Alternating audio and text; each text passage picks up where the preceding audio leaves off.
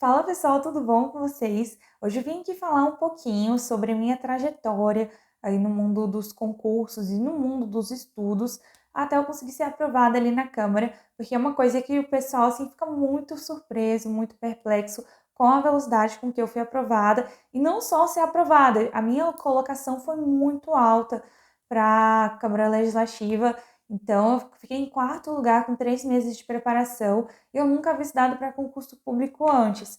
Então, é uma coisa assim que realmente o pessoal fica muito chocado, todo mundo vem perguntar sobre isso, mas eu tenho duas vertentes aqui que eu quero tratar nesse vídeo. A segunda, que vai ser a que eu vou deixar mais para o final, são as técnicas, metodologias, assim, pensamentos, a forma como eu lidava com o estudo durante esses 3 meses. E a primeira, que eu acho que é a mais importante, é contar um pouquinho como é que foi o meu histórico antes desses 3 meses para vocês, porque eu acho que isso conta, não acho, tenho certeza que isso conta completamente para essa minha aprovação nessa velocidade. O que aconteceu? Desde os meus 13 anos, eu tenho um nível de estudo muito acelerado na minha vida, mas é muito, muito, muito puxado mesmo. Então, assim, quando eu fiz o meu concurso, eu tinha 23, certo? Então, eu tinha 23 anos e desde os 13 anos, assim, ou seja, eu tinha 10 anos ali que eu estava num ritmo pesado de estudo. Por quê? Com 13 anos, eu virei bolsista na minha escola. Por quê? Porque eles faziam no final do ano uma prova, né, para as criancinhas ali, você ia chegar a fazer a prova, e aí tinha uma bolsa de 100%, uma outra de 70%, e aí eu fazia essa prova no final do ano para virar bolsista na minha escola particular, numa época que meus pais eles não estavam tendo condição de arcar ali com as despesas dessa escola particular. Toda a família tem suas crises financeiras, né? Passei por uma lá em casa nessa época. E aí eu não queria sair da minha escola de jeito nenhum por motivos diversos. Enfim, eu amava a escola completamente. Era uma escola fenomenal. Eu sempre tinha estudado em escolas pequenininhas e pela primeira vez estava estudando uma escola imensa, assim, que eu amava os professores, eu amava minhas amizades que eu fiz lá, que eu tenho até hoje. Então eu não queria sair daquela escola por N motivos. E eu sabia que para eu me manter naquela escola, eu teria que ganhar a bolsa no final do ano.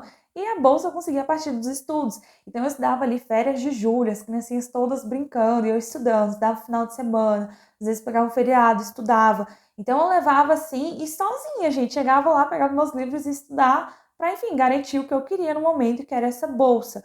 Então todo ano. E aí, o que acontece? Você ganhava a bolsa, para você manter a bolsa para o ano seguinte, você tinha que ficar entre os 5 primeiros na colocação do boletim de todas as turmas da sua série. Então, por exemplo, eram 6 turmas mais ou menos, então eu tinha que ficar entre os 5 primeiros ali nas notas do boletim todo bimestre. Então, toda vez que saiu o boletim tinha que estar. Então, era uma pressão muito grande em cima de uma menina de 13 anos. Então, assim, hoje em dia é sofrido estudar final de semana, feriado. Imagina você com 13 anos, que ninguém está estudando nesses dias. Então, assim, se eu conseguir, gente, com 13 anos, vocês conseguem também fazer esse esforço aí para a vida de vocês.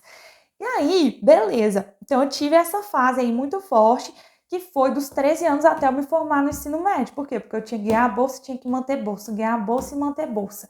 Com isso, eu cheguei no ensino médio já com um ritmo de estudo muito elevado.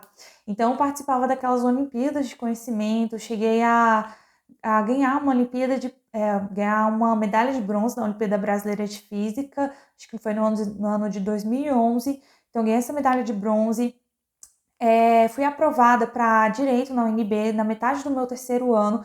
Não fui, não quis entrar, continuei o meu ensino médio, terminei o meu ensino médio e aí passei em primeiro lugar no PAS para engenharia civil. Também passei no vestibular para engenharia civil na UNB também.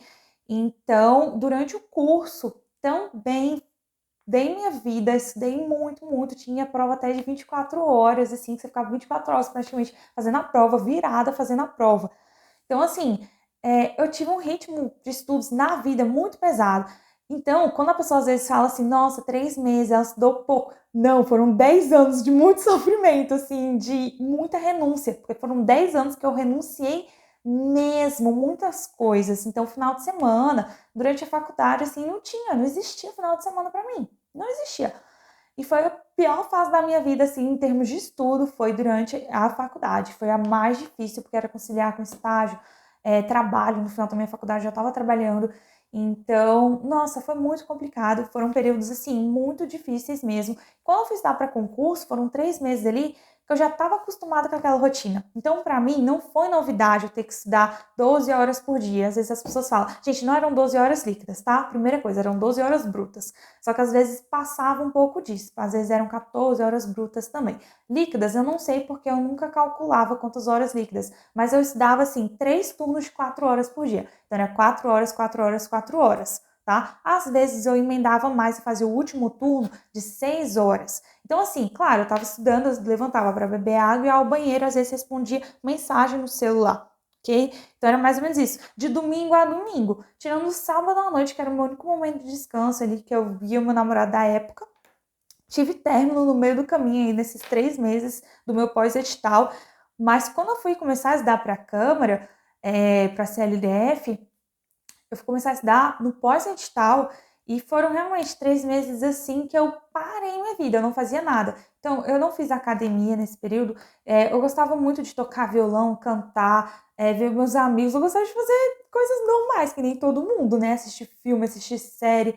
Eu não fiz nada durante esse período, mas eu já tinha passado por isso muitas vezes antes. Então, eu sabia que isso era necessário, eu sabia que isso era o que poderia aumentar minhas chances de ser aprovada.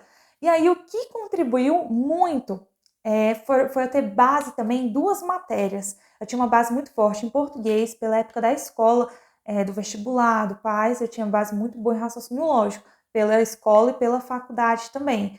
A minha redação também era boa, da minha preparação ali para o vestibular, então foram matérias assim que eu já tinha certa base. Agora o restante foi tudo novidade. Direito nunca tinha visto na vida, apanhei tanto, tanto, tanto, tanto, assim, nossa, apanhei, gente, foi difícil. Sério, foi difícil. Administração, também nunca tinha visto na vida, gestão de pessoas, realidade do DF, todas as outras matérias eu não tinha visto.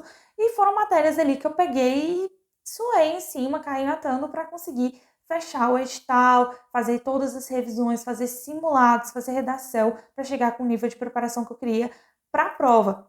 E aí entra a parte da técnica. Eu já tinha muita experiência sobre o que eu tinha que fazer para ser aprovada numa prova de elevada concorrência. Por quê? Muda o conteúdo, mas não muda a técnica, gente, a programação que você vai fazer. Então, quando eu comecei a estudar, eu não precisei de ninguém me falando assim que eu precisaria terminar o edital bem antes para eu conseguir revisar, que eu precisava fazer simulado, que eu precisava treinar a redação, mesmo minha redação sendo boa no passado. Beleza, eu precisava treinar a redação, era uma redação específica. Então, eu precisava fazer o treinamento também. Então, eu já tinha todas essas ciências, eu tinha muita noção, assim, de técnica, de método de estudo, de programação, de estratégia. Então, eu conseguia me planejar de uma forma muito boa, porque eu já tinha feito isso várias vezes na minha vida. Desde os 13 anos ali, né? Montando essas estratégias de prova e tudo mais. Sabia fazer prova já. Então, toda essa parte também foi muito importante. E essa parte a gente consegue captar com dicas de outras pessoas. A base não, a base você tem que construir. Se você não construiu antes, agora você vai precisar dos seus finais de semana, do feriado, de algumas férias estudando para você construir essa base. E essa base, gente, você constrói independente de idade.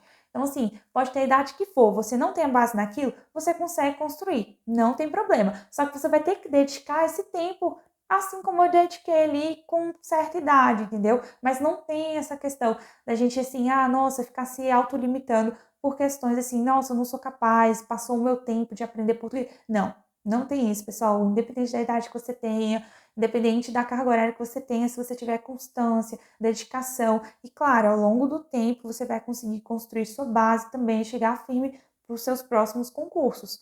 E aí, essa parte das técnicas do método, a gente consegue pegar muito de dica com outras pessoas que foram aprovadas. Então, pessoas que foram aprovadas rapidamente, que utilizaram métodos de produtividade, que nem eu sempre estou passando várias dicas de produtividade para o pessoal. Então, a gente consegue captar essa parte, tá? A bagagem você vai ter que construir, mas essa parte você consegue poupar muito, muito, muito, muito tempo. Então, por exemplo, a minha irmã, ela foi minha mentorada.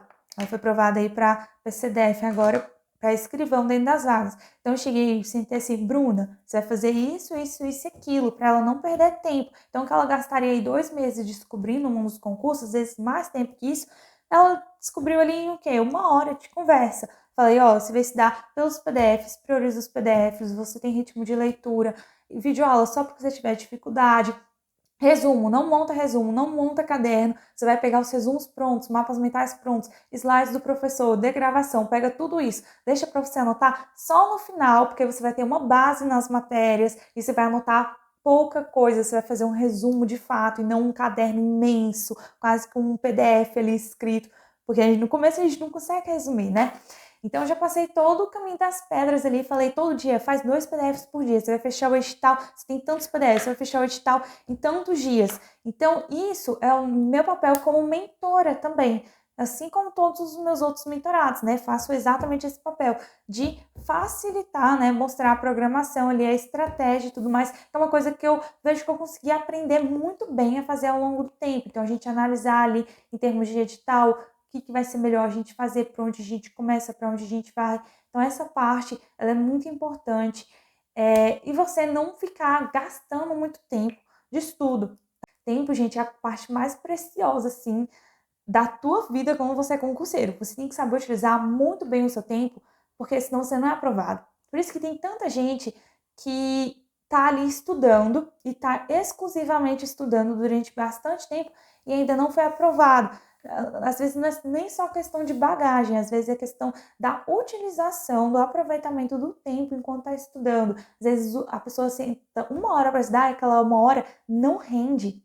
Então, assim, esse ponto da produtividade é muito importante. Era uma coisa que eu sempre estava me forçando.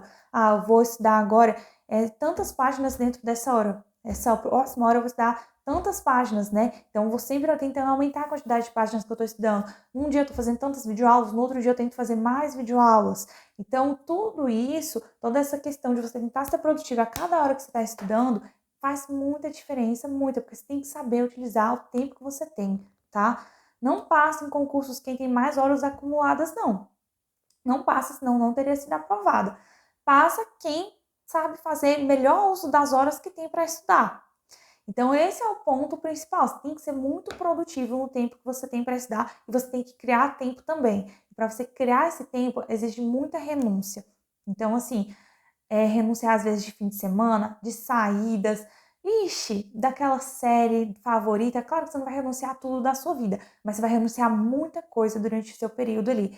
E eu já vinha de várias fases, eu não renunciei durante 10 anos tudo não, mas eu tive fases de renúncias. Então assim, 4 meses antes do meu vestibular, fazia nada além de estudar. Então assim, 5 meses antes de um PAS, tantos meses antes de tal coisa, tantos meses antes de tal coisa. Então eu já entendia que esse período pertinho da prova, porque 3 meses é muito perto da prova, gente, muito perto da prova.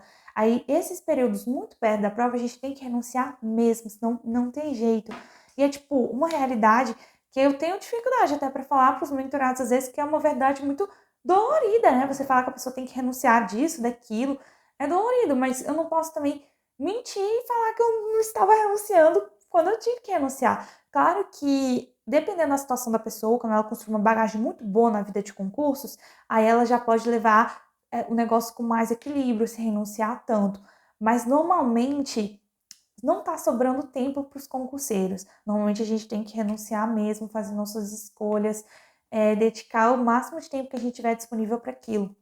E era esse o meu lema, quando eu estava estudando ali para concurso e para as minhas outras provas. Eu sempre pensava que cada minuto importava. Então, o meu pensamento do dia, cada minuto importa, cada minuto importa. Então, eu tinha uma noção, assim, eu não queria estar apenas estudando quando eu estivesse sentada, porque sentada eu ficava 12 horas, beleza. Mas eu queria estar estudando em alguns outros momentos. Então, quando eu estava almoçando, eu não contava esse tempo, mas eu almoçava assistindo videoaula, então eu botava ali realidade do DF. Eu não ia sentar e estudar realidade do DF. Não, botava videoaula. Então eu só almoçava e jantava assistindo videoaula de realidade DF. Aí quando eu ia tomar banho, eu ficava escutando videoaula, por exemplo, de direito administrativo de assuntos que eu já tinha estudado, para ficar revisando. Então, tomando banho era escutando direito administrativo. Dirigindo o carro, botava uma audioaula para tocar. Então, quando eu estava escovando o dente, tinha grudado assim no meu espelho do banheiro vários mnemônicos para eu ficar memorizando. Então, era escovando o dente, penteando o cabelo. Às vezes eu ia fazer. Eu não me arrumava, gente, nesse período, mas assim, se eu ia fazer alguma coisa, pentear o cabelo, eu tava lá lendo um mnemônico, entendeu? Então, tudo isso, todo esse aproveitamento de tempo, ele faz muita diferença no pós-edital. Muita, muita, muita, muito mesmo. E assim, não só para mim, mas eu vejo muita gente que foi aprovada junto comigo no meu concurso, que fala as mesmas coisas, que estava lavando a louça, estava escutando uma audioaula, então vendo uma videoaula assim, colocava do lado ali da louça, ia lavando, escutando, ia passar um rodo na casa, era escutando. Hoje em dia a gente tem muito recurso. Então a gente tem aí aplicativos de concurso aí, de material de concurso em áudio, a gente tem a videoaula que dá para baixar pelo celular e botar para tocar, depois você apaga e baixa a próxima. Tem os aplicativos dos cursinhos também. As coisas evoluíram muito já bastante desde a minha época. Então, assim, as coisas hoje, a gente tem mais recurso. Se você souber utilizar, se conseguir aproveitar o seu tempo direitinho, vai dar certo para você também. Só que tem que ter ciência que se você não construir sua base também antes, algum momento você vai ter que construir essa base pesada nas matérias básicas, né? Português, raciocínio lógico, informática. Então, essas matérias que geralmente são as que derrubam o pessoal, redação, você tem que construir essa base mesmo aí nessas disciplinas.